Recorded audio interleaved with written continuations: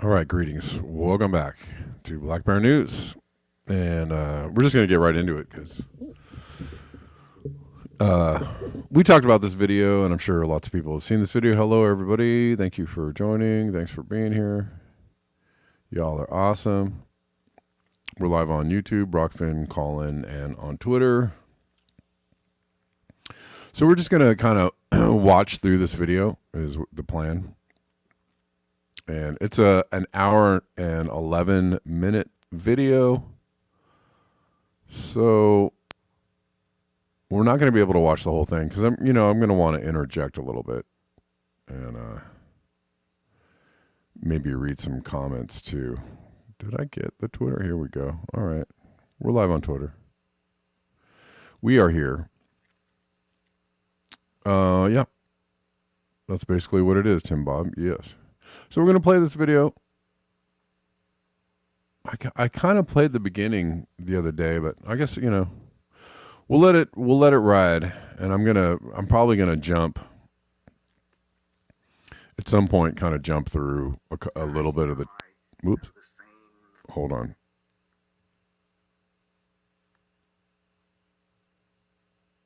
And we kind of watched a little bit of it the other day, but we'll start from the beginning, and I'm going to jump through some of the time. Just so we can, and I want to interject. So I kind of want to get to the end of it.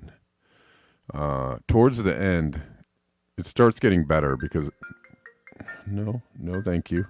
Towards the end of it, it starts getting better. Sorry about that.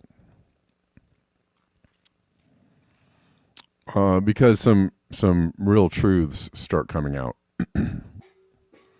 about, the state of the planet, the state of civilization, the state of people in the world, and all that kind of good stuff, right? Right. Okay. So let's have we got it here? We're already 5 minutes into the show. Here we go. All right. So exactly who you are. So I know you're an energy expert. You're a speaker. You're a friend of Nate Hagen's, a mutual friend. Tell us a little bit more about yourself before we jump in, so our guests have an idea of your expertise, your formation, your values, whatever you got. But you only got about 60 to 90 seconds, so take it away, Art. Okay, well, it won't take that long. So I'm a geologist. I've worked in the energy business now for 45 years. Worked for big oil for about half of that. I've been a consultant ever since, and most of what I do today is sort of on the macro side of things, trying to integrate all the various imaginary ideas that everybody has for whatever energy transition we think we're involved in, and to try to help people understand how that fits into the perspective of larger systems, human behavior, and what is feasible or reasonable versus what we imagine to be all of those things. So that's what I do these days. But yeah, my original work was all in oil and gas. I still do some of that. I guess more and more it's the broader energy picture and sort of the climate change, ecological crisis that I'm most interested in. Right on. Well, we're big fans of the cold, hard truth here. And, I'd say, over my journey as a total outsider, right? I'm an emergency medicine physician by training, and got fascinated by energy over the climate change issue, sort of found nuclear as a bit of a panacea. And I think I've matured a little bit in my outlook on this, but we do a lot on the podcast in terms of energy analysis, looking at the climate debate, even some of the philosophical underpinnings, the romantic origins of the environmental movement, et cetera. So Art, you're in good company here, and we're glad to have you. I've been reading a few of your articles. There's been a lot of great stuff in this peak cheap oil debate. You had a great response, I believe, to Doomberg and Adam Rosenzweig's recent appearance on Thoughtful Money, which I'd love to jump into. Very interested in talking about the Biden pause on LNG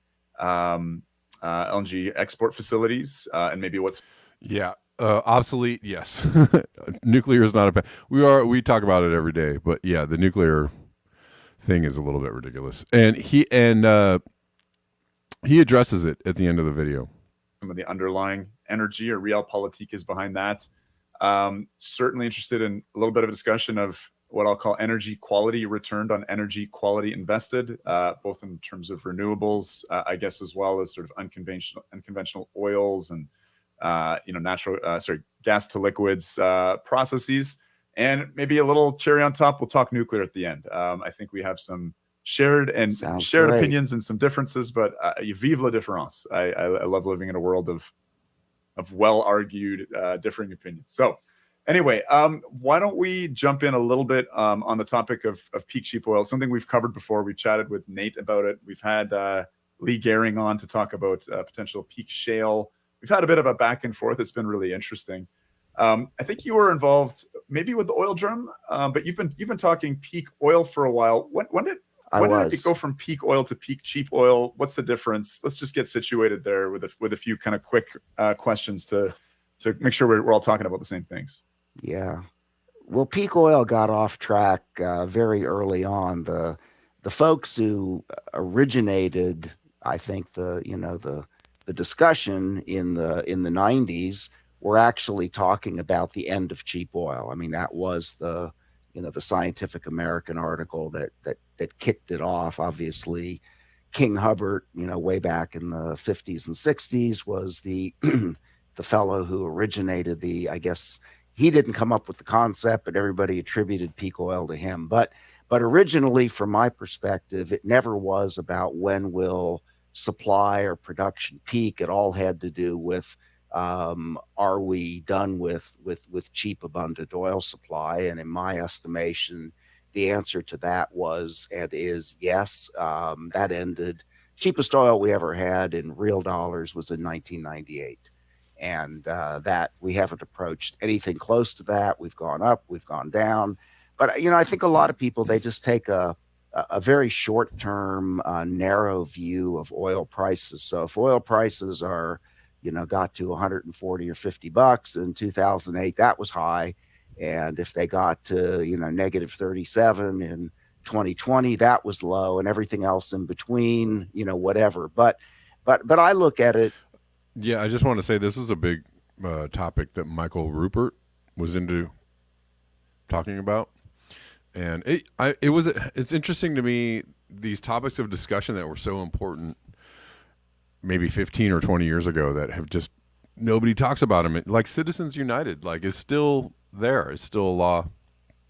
I'm just throwing an example out, but anyways, something that some people were interested in and concerned about, that were very important topics, and now nobody talks about it. We don't care about this issue anymore. This should be cheap oil, considering that oil literally fuels everything we do and keeps 8 billion people alive on the planet. You'd think that people would be really super concerned about this, but I've seen less discussion about peak oil, and not just less discussion, but a lot of skepticism around, right? The conspiracy crowd is like, nah, peak oil, ha ha ha. There's plenty of oil. It's not even a fossil fuel, ha ha ha. Okay, all right. Well, I hope you have some good data for that. I hope you have a lot of data and evidence for that, because if it is peak oil was 20 years ago and we're on the downward slope, that means civilization is headed into a very, troubled time. Anyways, whatever.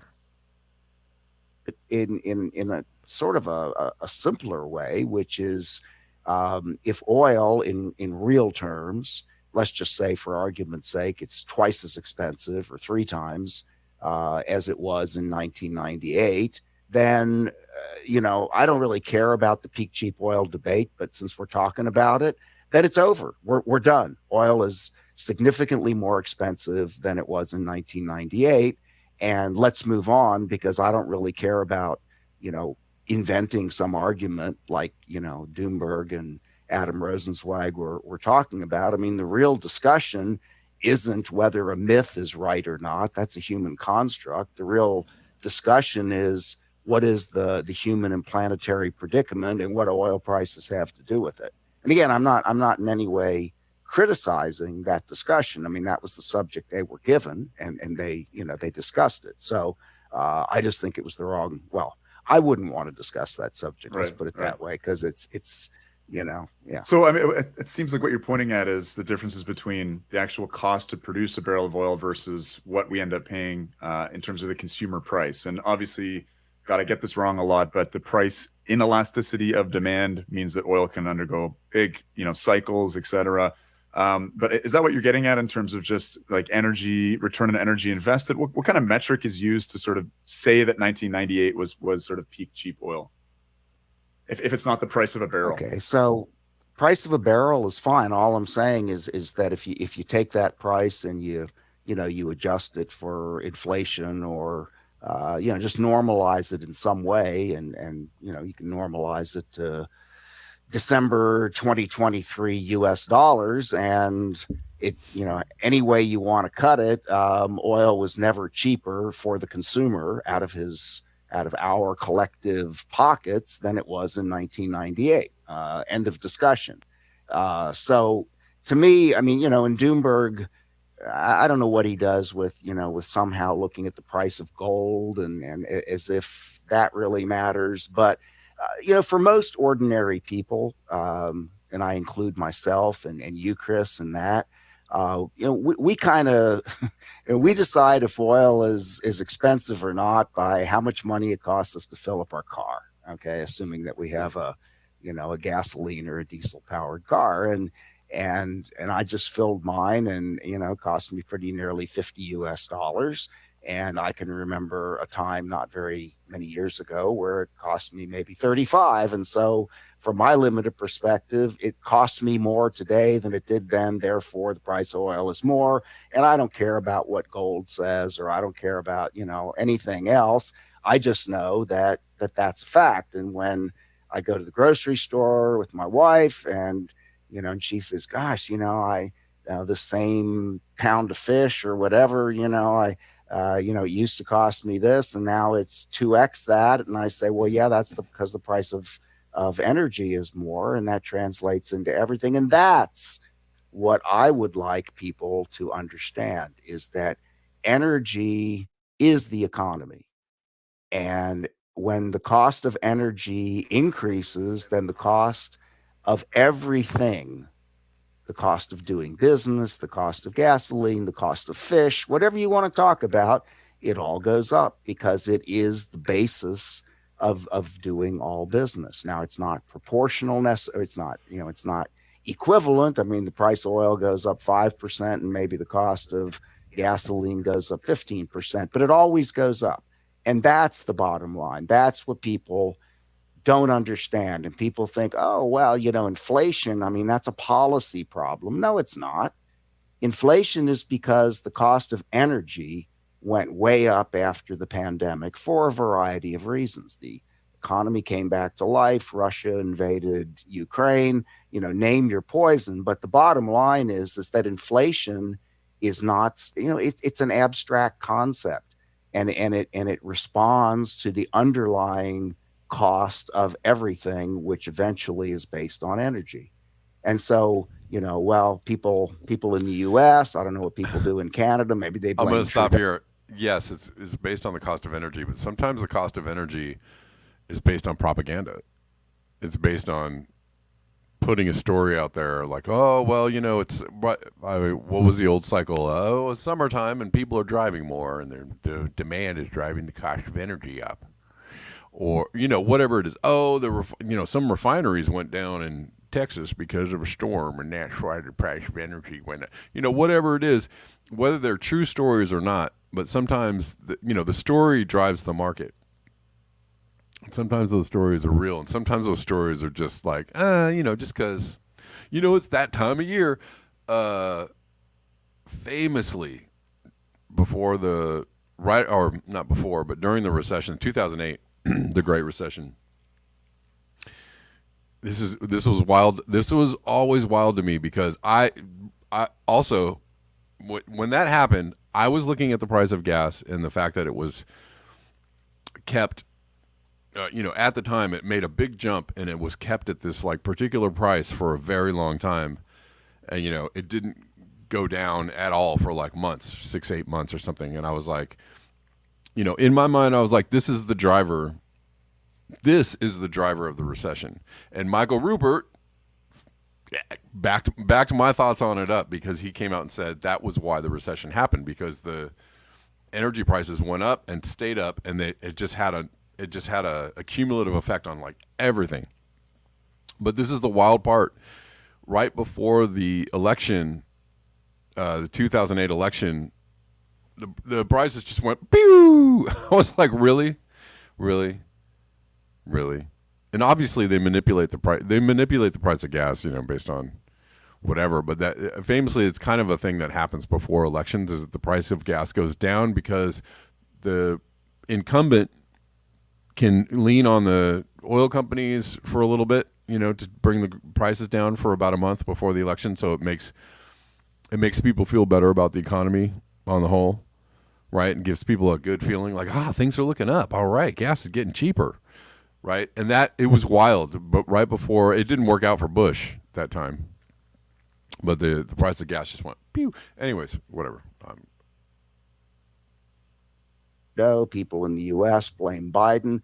Well, guess what? Inflation is a global phenomenon, and I don't think that Trudeau or Biden are powerful enough, even though they're powerful, to create inflation in Hungary or Australia. I mean, inflation is a global phenomenon because the price of energy costs more than it did in 2020.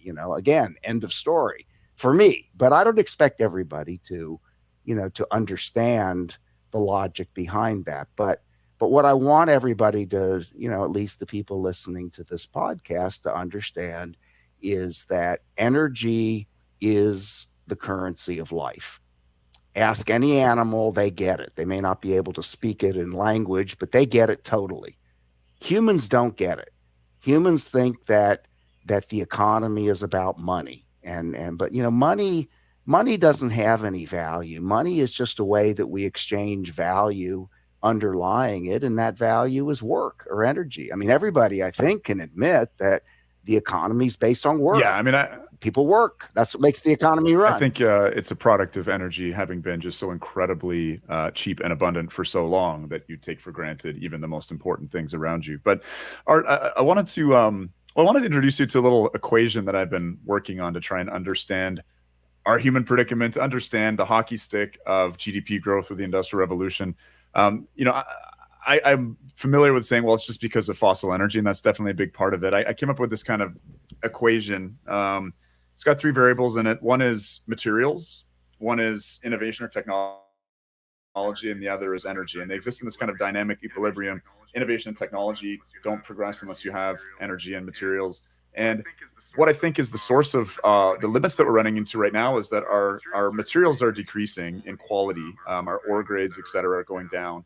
And we've been able to paper that over with more and more abundant, cheap energy, such that, as ore grades, say, in Chilean copper mines go down, we can put more energy in the form of ammonium nitrate, blow up bigger rocks, make bigger pits, have larger trucks fired by, diesel electric motors. By the way, people on Rockfin, feel free to comment. I'm reading those comments too, as well. So, I mean, I know you guys are just watching today, but, feel free to jump in.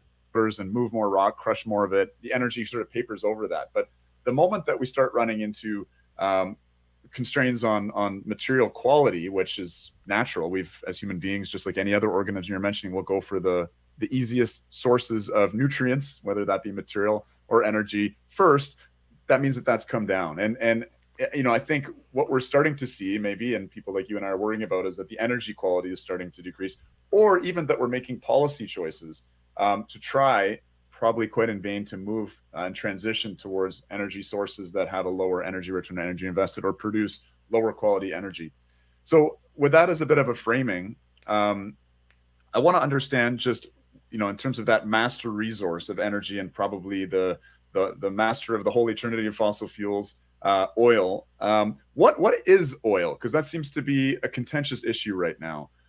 If you can break down what oil is, how we define it, and so we can talk about peak. What is actually peak and cheap?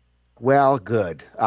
So oil is is crude oil, which is a liquid, at least at surface temperature and pressure, that contains all sorts of very long chain complex molecules made of hydrogen and carbon.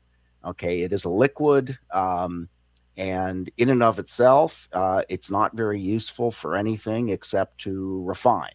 And when it's refined, it can be converted by distillation into very useful products like gasoline and kerosene and jet fuel and a variety of other things. And so when people when we hear the International Energy Agency or somebody on CBC or CNN says, oh, well, oil demand is expected to go to 102 million barrels a day. Well, that's crude oil plus a bunch of other stuff. Okay. That includes other stuff like natural gas liquids. That includes, other things like the volume change when you put something very dense like oil into a refinery and out come less dense products like gasoline and kerosene. There's a volume change of a few barrels there. So there's crude oil, and then there's a bunch of stuff that's laid on top of that. So what's commonly called oil,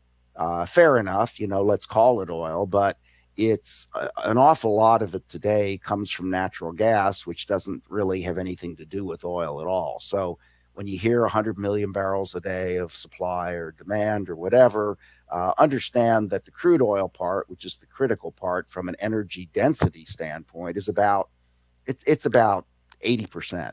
About 80% of what's called oil is oil. Now, Doomberg wants to, he thinks he just discovered sex and that he's the first guy that figured out that, that there's a lot more in the definition of oil than crude oil. And I don't know why. He's a smart guy. I don't know why he thinks that somehow everybody else missed that. I've been in this business 45 years, and 45 years ago, somebody sat me down and said, okay, this is what's oil.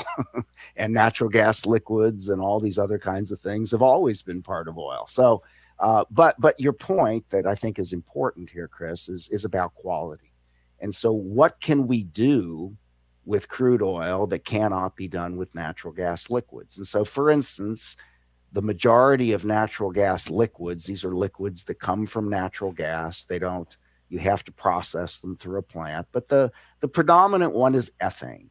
Okay. And most people don't even know what ethane is, or do they care about it? But ethane, the biggest use of ethane is to make plastic bags. Okay. It's sort of a plastic feedstock. It's also used as a bad substitute for methane, which is natural gas. But I mean, ethane is probably, I don't know, it's 50 or 60% of natural gas liquids. So right off the bat, you're talking about something that, while it can be used as a fuel, for the most part isn't. It's used to make baggies. Okay. That's not 100% true, but just to keep it simple. Okay. And then the next thing, the next biggest thing is propane. And propane and a lot of people, particularly in rural areas, heat their houses with propane. So it is a fuel, and that's great. But and there are propane trucks and buses in some cities, but for the most part, you can't just pull up to a gas station and put propane in your car. Okay. You can't run a jet with it. It's not the same. Butane is another natural gas liquid. We use that, for lighters, Bic lighters and stuff like that. It burns. It's a fuel, but it's not a transport fuel. I guess that's the bottom line. And why not? Why not, Art? Is it? All these natural. Is it just an issue of the? It's too light. Okay. It doesn't have the heavy hydrocarbons that give it the energy density that's needed to power a car or an airplane or whatever. So it all comes down. You were talking about energy invested versus energy return. I mean, you can say, okay, so let's go back. I don't want to criticize Doomberg so much, except that he made himself so damn vulnerable with all these goofy arguments. So, is all alcohol the same, for instance? If I like whiskey, and guys, to the question of who Doomberg is,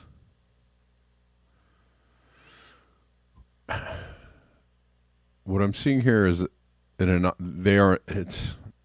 Doomberg is an anonymous energy finance analyst team, visually presenting as a talking chicken icon. What? Doomberg is a self-proclaimed green chicken, discusses the state of the European energy crisis and its impact on currencies. That's who Doomberg is. Is that weird? Somebody offers me, 3.2% beer, I'm going to say, forget that, buddy. I said I wanted alcohol. Oh, but they're both alcohol. Well, okay, yeah, but one of them, the 3.2 beer or even 6% beer, it doesn't have anywhere near the buzz that whiskey does. Okay, crude oil has a buzz, and natural gas liquids are 3.2% beer by comparison. So am I understanding Doomberg's argument correctly? Jesus turned water into wine, but I think there's this idea that we can turn beer into whiskey. And I don't know enough about distilling, but potentially you could distill beer into a higher alcohol concentration. When talking about anything that goes into a refinery is oil, and sort of we can just do complex chemical engineering to create whatever hydrocarbon molecule we want. Sure. I was chatting with a friend who's involved in the heavy oils up in the oil sands, and we were talking about refining and the analogy of fission versus fusion. So, fissioning or breaking apart these really long, heavy hydrocarbon chains to make, products that you want, maybe diesel or maybe more gasoline. I don't know why you want more gasoline, or, fusing these lighter hydrocarbon chains together to make heavier oils. Can you do that? Is it just a big enough investment in a refinery? Yeah, or is there big energetic costs? Okay. So again, this is discovering sex and thinking you're the first person that's ever done it, and you really want to tell the rest of the world about it because it feels so great. So I mean, this process of taking natural gas has anybody seen the movie Poor Things? Anyways. To when Emma Stone's character discovers masturbation. Anyways. And turning it into diesel and gasoline. This was something that was figured out back in the early part of the 20th century. And Germany wanted to use it to power its army because Germany didn't have a hell of a lot of oil. And so if we're talking about hydrogen and carbon, which is what we're talking about, that's what oil is, that's what natural gas is, then if in a perfect world, all I need is enough, the right combination of carbon and hydrogen, and I can make anything. I can make, crude oil, gasoline, kerosene, whatever. But the question is, as you correctly point out, what is the energetic cost of doing that? And so not to mention the money cost of doing that. And so Doomberg talked about this Pearl GTL plant, gas to liquids is what GTL means, in Qatar. Well, I looked at that in some detail, and the energy out versus the energy in is about 1-to-1. Okay, so it sucks. I mean, no intelligent animal would choose a food source, no elephant, no lion, no fish that only gave it the amount of energy that it took to eat it. I mean, that's just stupid. Okay. So why does Shell have a GTL plant in Qatar? Well, because Qatar supplies all the natural gas for free, because Qatar has this gigantic gas field off in the Persian Gulf that is what we call stranded. Okay. There's no way to market the gas. They take as much of it as they can and convert it into LNG, liquefied natural gas, and send it to Europe and whatever. And there's still tons and tons of it left. So they're interested, and let's use this stranded resource. And we don't care about either the energy, the energetic budget, or the money. We don't care about either of those. So, hey, Shell, build us a shell, build us a plant, and we'll make all your costs go away, and you can make gasoline and kerosene. And isn't that cool? Okay, but in the real world, I mean, is that realistic? I mean, is that something that we're going to do? And so you mentioned early in this discussion innovation. Okay, and I mean, we are great worshipers, we as a civilization, at the altar of innovation and technology. And, I mean, I like technology, I like innovation. Who doesn't? But realistically, I mean, innovation and technology are castaways on this gigantic ship, which is powered by giant diesel engines, and they are too naive to know that the boat is running on giant diesel engines underneath their feet. So, in real terms, if you That's a calculate great the analogy. impact of technology and innovation on energy efficiency, it's about 1% per year. Okay. I mean, it's good. It's nice. I mean, let's do it. I mean, we are smart. We figure out better ways of doing things. But I mean, if somebody offers me, hey, I'm going to pay you 1% of your current salary to come to work for me, I'm going to tell them to go take a hike. I'm not interested. I mean, that's a rounding error. So again, I'm not in any way, saying that innovation and technology aren't important, but they're a very small piece of the overall picture. It's just we've pumped them up, to imagine that they're everything. And in energy, technology, it's a bigger straw. It's just a more, it's a quicker way of getting more energy out faster. And I'm not saying that's not important, but it doesn't create energy. It does not create energy. It just sucks it out faster. And there's some value to that, no doubt. So yeah, again, getting back to that equation, Stephen Keen, economist that Nate said on the podcast, I think that's how I discovered him, has this great saying. I know Steve. Yeah, he's perfect. He's great. Technology without energy is a sculpture. But I heard a few more. This isn't from Steve. This is from a Twitter reply to that. Energy without technology is a fire. And then I just added another one here, which is innovation without energy is a hand axe, going back to Homo erectus or something, right? So there's this complex interplay. I want to get to this idea of people kind of losing track of, energy source, energy carrier, just the incredible amount of energy blindness that's around us. Because I had a very interesting conversation again with my friend Chris Popoff, who has worked significantly in the oil sands in Alberta. And what he was saying, the kind of analogy he was making is that we are turning unconventional oil, for instance, in the case of bitumen, we're sort of using the local energy reserves of Alberta, which are plentiful natural gas and this hard to extract bitumen. We're turning the bitumen into a battery. We're charging it with this natural gas, similar to the Pearl GTL facility where the gas is stranded, or you can't get it to market in Alberta, or et cetera. I mean, I guess that's the same situation in Qatar. So you're using that energy kind of for free to create a molecule, to store that energy into a molecule that you can sell that does have economic value. I just found that's interesting because you see that with hydrogen. We're confusing an energy carrier like politicians do this all the time, thinking it's an energy source. We have a lot of delusions around, say, grid scale batteries and being able to balance the Rube Goldberg machine of an all renewable grid, for instance. So maybe comment a little bit on some of that, if you don't mind. Sure. So I think the fundamental thing. I mean, people can get really, really glazed over and confused by what you just said and what I just have said. And in the interest of of keeping it relatively simple, let's just do it this way. That another Canadian, Václav Smil, used to teach up in the University of Manitoba. He described what he called the 4 pillars of civilization. These are 4 things without which civilization will collapse: steel, concrete, plastic, and ammonia for fertilizer. Okay.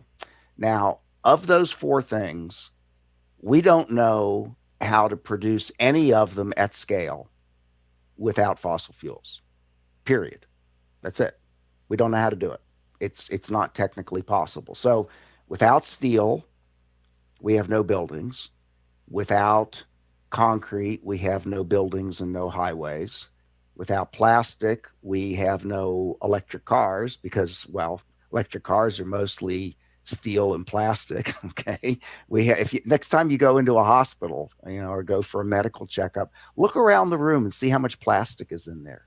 I mean, the healthcare industry is one of the largest consumers of plastic in the world. So we shut down our entire healthcare system without plastic. And ammonia, I mean, if it weren't for the fertilizer that comes from ammonia, which comes from natural gas, the Earth's population might be 2 billion, which would be a better thing for the planet, but it's 8 billion, and it's 8 billion because fertilizer is increased.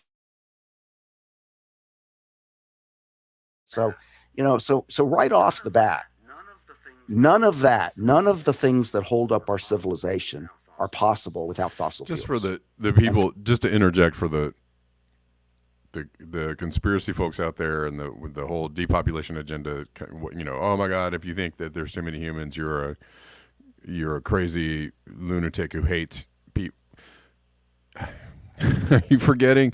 I mean, you're just not. To go back to the analogy he said about being stranded on a ship, you have no idea that it's being run by diesel generator. Like, you don't even know where your food comes from, right? Or the amount of energy it takes to grow your food. Why are you even espousing anything about anything? Like, I just don't get it. Whatever. Okay. For those who want to get off of them, and I'd love to get off of them too, but I'd also like to get off of them in a way that doesn't crater the whole civilization and create mass pandemonium and war and starvation and a lot of other things. So I don't have an answer to that, but it's not binary. It's not either or. And I hear anybody who says we need to get off of fossil fuels, or people that say, oh no, we need to have more of them. I'm sure they're both wrong, or at least that they have no comprehension about what they're talking about. So for the average person, all we want to do is just have our lives be more or less okay. And I promise you, Deline, Art Berman is not pro-nuclear. The host is pro-nuclear, or was. That without the right fuels to provide us with these 4 pillars of civilization, our lives will not be okay, at least okay in terms of, whatever we think is normal. So keep that in mind when you hear people who talk about, well, we want to do this, we want to do that, we want to transition away from, and I always say, great, transition away from fossil fuels to what? And what will those 4 pillars of civilization, what will my life look like after that? And if somebody answers me honestly and says, oh, well, your life will be a lot more difficult, you will be poorer, the world will be poorer, but, we're going to have a planet that's more in balance with the kinds of things that make the quality of life on Earth better. Okay, now I know what I'm signing up for. When people say, oh, look, all you got to do is go for our, Green New Deal or the energy transition, and nothing's going to change. Nothing's going to change except you're going to be driving an electric car instead of a regular car. But life, that is I was going to say that's a lie. It's only a lie if the people saying it know it's a lie. If they honestly believe it, in other words, then it's not a lie, but it isn't true. It's just not true. And I'm not trying to be pessimistic or negative here. It's just back to your point, Chris, and that is if you're using energy sources that are 3-2 beer instead of Scotch whiskey, you're going to get a different. You don't have the same input. You're not going to get the same output. You're not going to stay drunk for very long, Art. Yeah. You're not going to get drunk very well either. Well, there was alcohol consumed in huge amounts before fossil fuels, but life back then was also nasty, brutish, and short. And I think a lot of people are fooling themselves when they think it wouldn't be in the future without it. Unfortunately, I, like you, would love to see a beautiful utopia and everything in balance, but we have to remember that we didn't live in harmony with nature. We died in harmony with nature, and it was mostly children. Ooh, that is a good quote, man. And when I heard him say that, when I listened to this whole thing, we didn't live in harmony with nature. We died in harmony with nature. Whoa. Yeah. Well. Yeah. We did. All right. So, starting to get a little late in the time, so I'm going to jump to the last 20 minutes of the show. I want Art kind of really pushes out some very basic truths towards the end of this, and so I just want to get to the end of this where he says some good stuff. But we're skipping some of the show, and I will use this as a brief pause to let you know, this show needs your support. There are ways to support the show in the description box of whatever platform you're using. So please check out those different ways you can support the show, and I thank you in advance. Total consumption. So if total consumption continues to go up, I mean, 2 or 4% doesn't mean that nuclear isn't growing. It's growing a lot. It's just that renewables are projected to grow a whole lot more. So again, all these solutions end up at the same place for me, which is they're all designed to try to keep the party going. Okay. And nobody's stopping to say, well, wait a minute, who's going to clean up the mess? We've been partying for 75 years at least after World War II, and we've created quite a mess for the planet. All right. So when are we going to clean up the mess? Well, we'll worry about that later, or, somebody else will do that. No, I mean, the mess is right now. And the mess is manifesting itself in a lot of ways. And if you don't care about climate change, maybe you care about the fact that we've lost 69% of animal species since 1970. Okay, I mean that's a stunning number. I mean, in 50 years, we've lost, we've lost almost 69% of fish, reptiles, insects, etc. And maybe you don't care about snakes, reptiles, fish, and all that kind of stuff. But the wealth, the thing that provides human prosperity, is the wealth of the earth. And we're poisoning it with our growth, with our expansion. Okay. And that's the party that needs to stop. I mean, we can argue all day, night and night about what's causing climate change and whether it's real and whether more CO2 is actually good for the planet or not. I think that's nonsense, but let's just, back to a physics problem with no fiction. Let's just, if we're poisoning our backyards, pretty soon we're going to have to move out of our house. Let me and if what we want is, go ahead. No, I was going to come in a little comic relief there. But in all seriousness, one of the big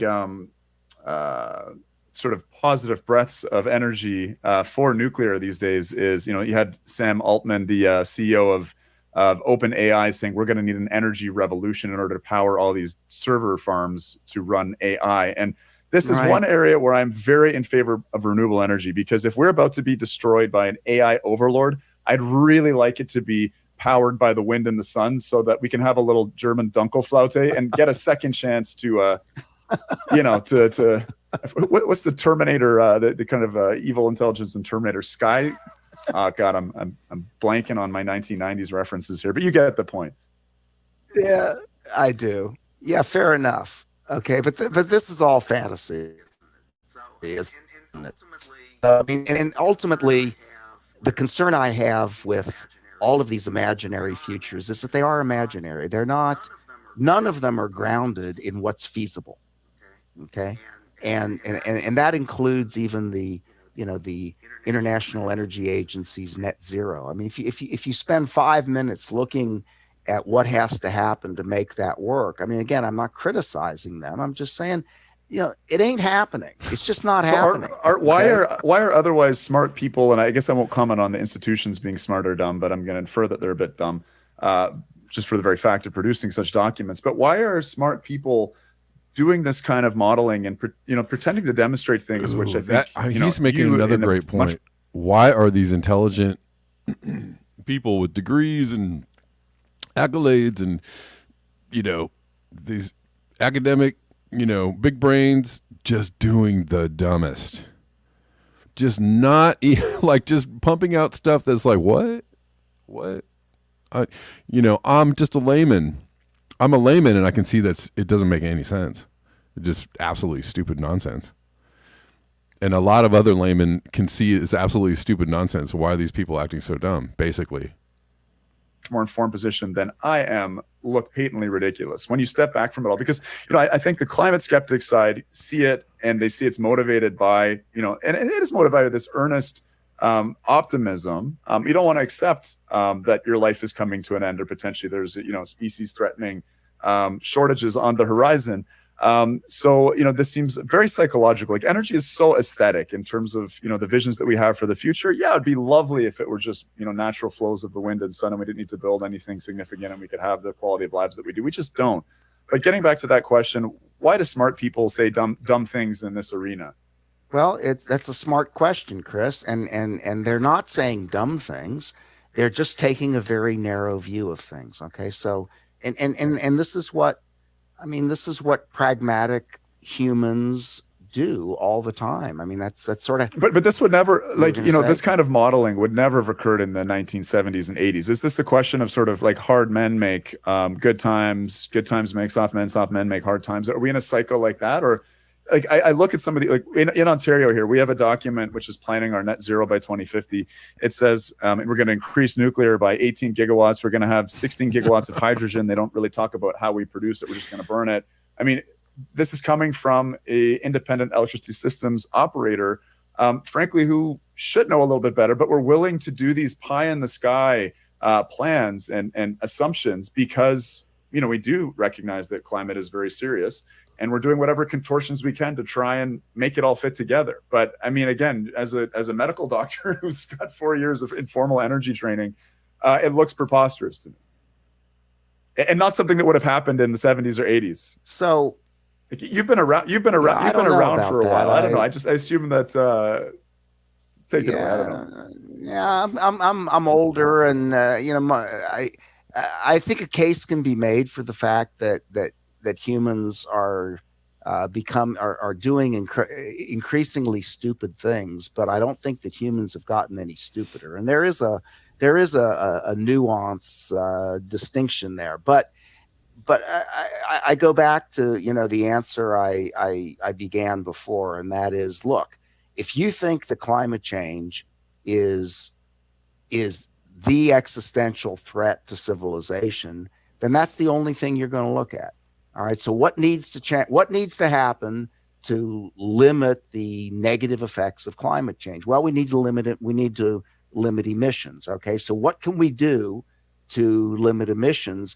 And every step down that pathway is a derivative. Okay. I'm getting farther and farther from the underlying reality. And somebody says, hey, I know we can use hydrogen to do a lot of the things that we're currently using oil for. Okay, great. That box checks. Hey, we can use nuclear to do X, Y. Oh, check that. Because all I want to do is get down the road to lower emissions. All right. And what all of those smart people are doing is they're just, don't bother me because I'm on deadline. I'm on deadline to figure out a way to lower emissions.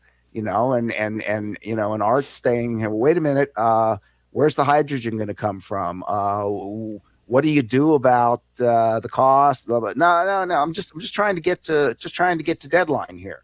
And then there's then there's the annoying person who says, well, wait a minute, but all you're trying to do is keep the party going and continue the growth of the human enterprise. And you're like a Boeing whistleblower, man. You're just, hey. You hired me to check the safety on these planes, and I'm telling you they're not safe. All right, you're fired. Right? Yeah. You're not looking at what all this does to the environment, the bigger environment, what it's doing to biodiversity and species and pollution. And well, yeah, because I'm on deadline, man. I'll worry about that later. Okay, so what I like to think, maybe naively or egotistically, is that there are a few people around, people like Nate Hagens, who's saying, wait a minute, my job is to look at the big picture and try to help you understand how all these pieces fit together. And maybe that's part of what I'm doing and part of what you're doing too, Chris. We're trying to say, wait a minute, slow down a little bit. Let's think about, let's not stop doing what we're doing, but let's think about, what if we play this forward? Where are you going to get the hydrogen?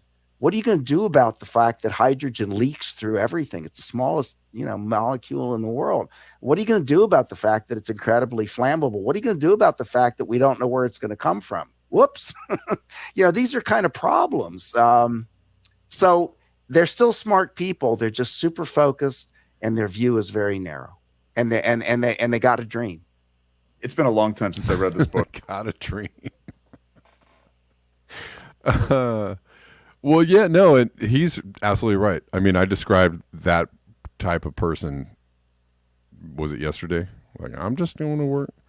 I'm just doing my job. Just going to, I got this thing. I got to, show up at work every day. Do this one little, very specialized thing. Get these readings and put them into a model on the computer. Okay, did that task. Wiped it off my to-do list, and now I'm going to go. Where are we going? We're going to Chili's. Right. We're going to Chili's for dinner. Sounds good. But Bill Gates had a book called "How to Avoid a Climate Disaster." If I've got the title right, and what his basic premise is that right now there's this gap. He called it sort of the greenium between how much an electric vehicle costs versus internal combustion engine, or I think the only favorable one was a heat pump versus a gas furnace. Already there might be some cost savings there, although the capital cost of changing over a perfectly good gas furnace probably doesn't work out. But suffice it to say, he had this concept of a greenium. Of course, he's stuck in this fantasy and mythology about money and it being detached, I think, from energy, because it seems to me that, we talked about Václav Smil's 4 pillars. There are pilot projects. We can do green steel, at least secondary steel. There may be some ways, I'm not sure, I haven't looked into concrete quite as well, but there are processes. Haber-Bosch, we could run it with a whole bunch of hydrogen that's produced from green hydrogen. But the only way that these pilot projects are even happening, that we even have the budget to say, let's throw some money at this, is because of the enormous subsidy from fossil fuels. That we're swimming in this wealth of cheap, abundant fossil fuels. And when that disappears, the pilot projects, let alone trying to pay down that greenium, in terms of the differing change in cost, which I would say is probably related to differing.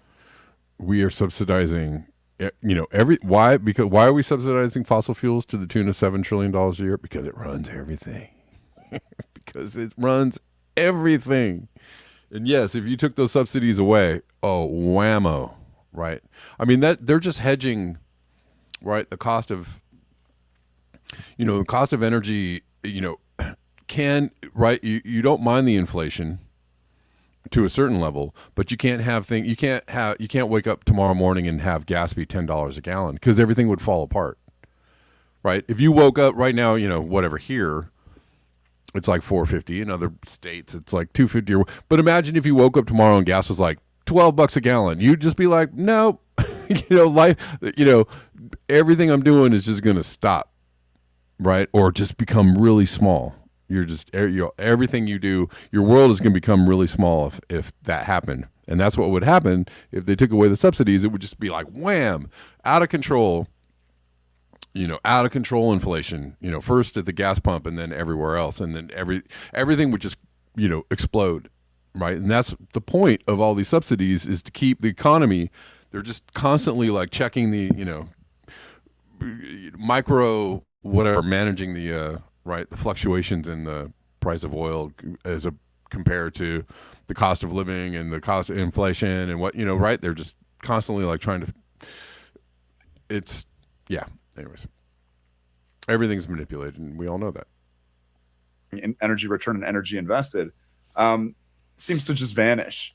And that's another reason why I guess I'm a little bit of a serial pessimist on this notion of energy transition, and also why I'm again in the advocacy that I do trying to preserve and build out an energy source where you're taking really low entropy, high quality fuels and turning them to something else that produces very low entropy, constant electricity or heat, etc. As imperfect as it is as a swap out, that's kind of the analysis that I've done and why I direct my efforts as I do, because I think a little bit unlike Nate.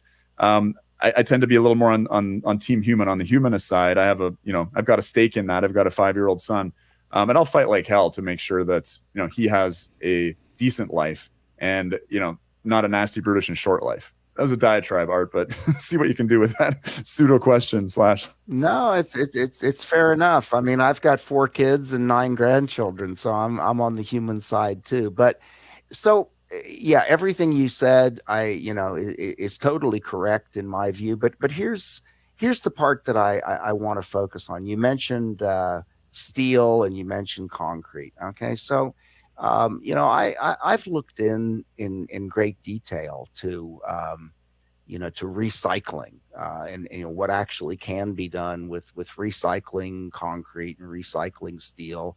And there's no doubt that we should be doing that. But I got to tell you, Chris, that all of those ideas are just ideas right now.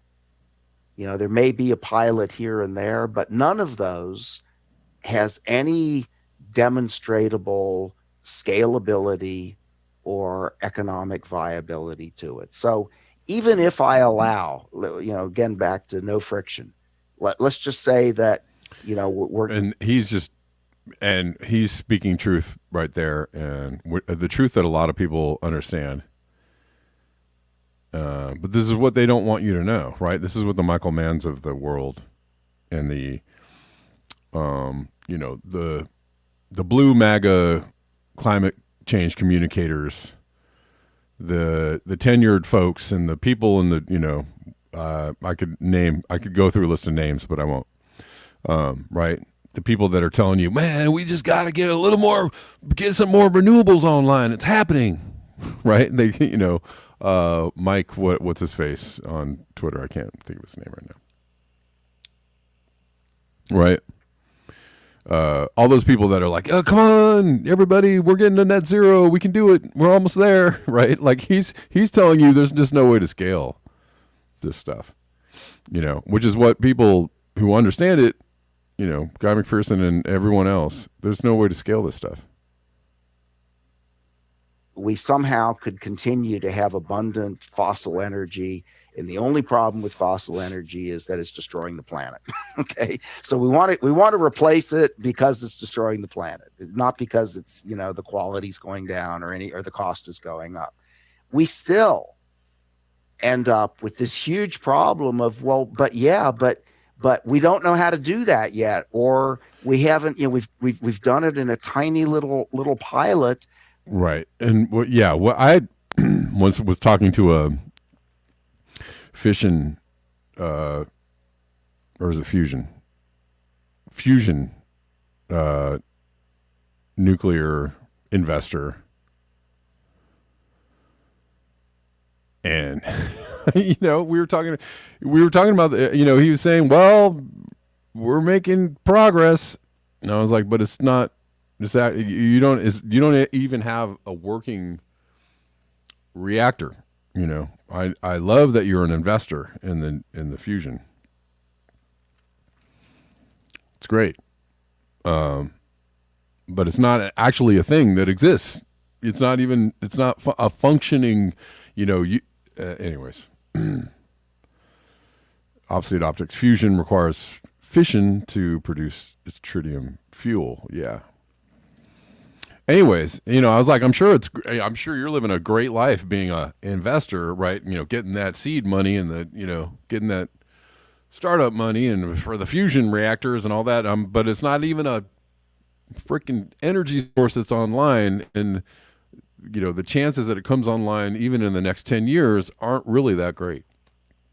But anyways, guys, that's it. That's the end of my time. I'm going to leave you here. I thought that was kind of fun. We don't do this kind of thing too often.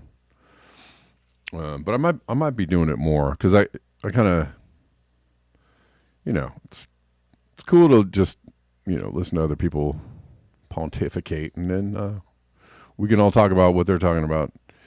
But thanks for joining me, everyone. I think there might be an Octo show at noon. So y'all know where that is. Come on down, and I'll see you then. All right. Peace out, y'all.